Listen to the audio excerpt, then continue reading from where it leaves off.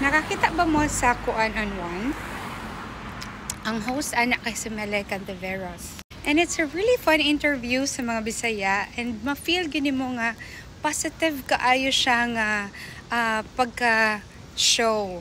So I think mo approve gyud ko ing anang style nga pag-interview kay dili lang bitaw nag-istoryahan mo sa inyong experiences, nag-share pa mo kung unsa pa ang buhaton para ma-improve bitaw sa mga kabatan-unan karon through their experiences in life. Pareha na lang sa gistorya ni Maymay Entrata bitaw nga nakakuan siya sa bata pa siya sa eskwelahan. So ang iyang gibuhat, iyang gipugngan. So it's really common nga na makaihi or makakuan bitaw sa eskwelahan kay tungod kay maestra nila isog kaayo or di kagawas kung dili pa kuan break time ingana. So makatabang ka ito ilang sulti nga dapat dili nimo ibuli, dapat tabangan gani nimo kay para dili bitaw siya mauwawan niya, dili siya magka anxiety or trauma baron sa nahitabo niya.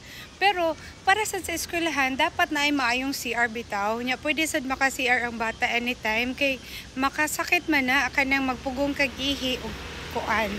So I commend this kind of talk show and maayo kay pagkadala ni Melay.